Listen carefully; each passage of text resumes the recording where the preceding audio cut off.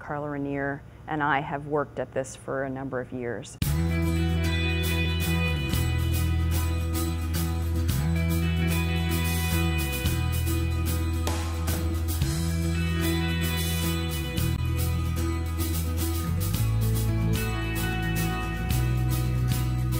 One of our goals was to engage students with primary source materials that surprised them and made them think about things in new ways. I think the exciting thing about that is that we have a really unusually rich collection for a school of our size, and especially within the state system. We're strong in Pennsylvania German history. We have a lot of materials published in Pennsylvania before 1850. That was a collecting focus for many years.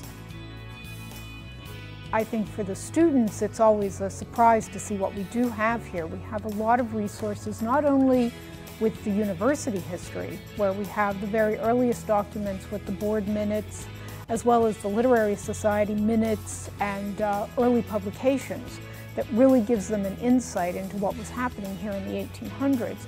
But then we also have a huge manuscript collection. And it's always interesting for the students to be looking at these old letters and diaries and ledgers and just trying to read the handwriting.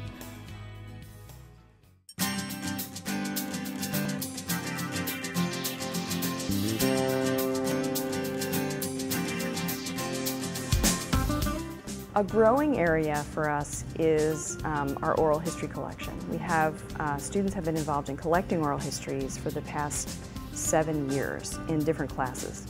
The fact that the staff in archives and special collections have really honed in on what are the skills that we need to teach students before they go out and do these interviews, I think that is a really valuable resource because we don't often get a chance to cover that in our basic skills classes.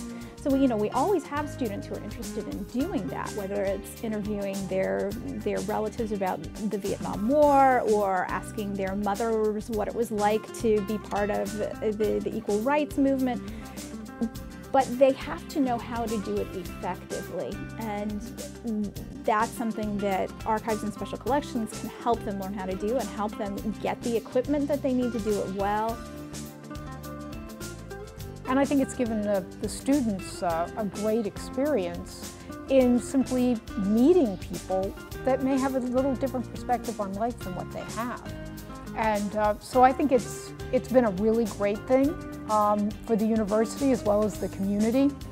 And I think in the long run, it will be a good thing for the archives in that people will be able to look back now at people's perspectives from the 20th century.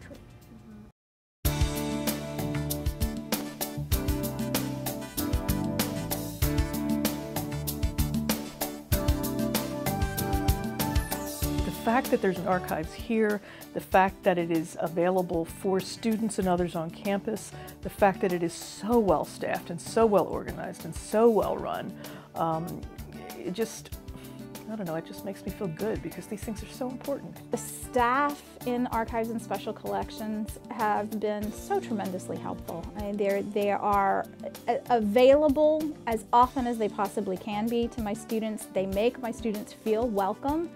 And it's really nice to know that if I want to put together some kind of different assignment, they're willing to bend over backwards to help me figure out a way to make it work. And that's just not always the case. So it's a really very valuable resource.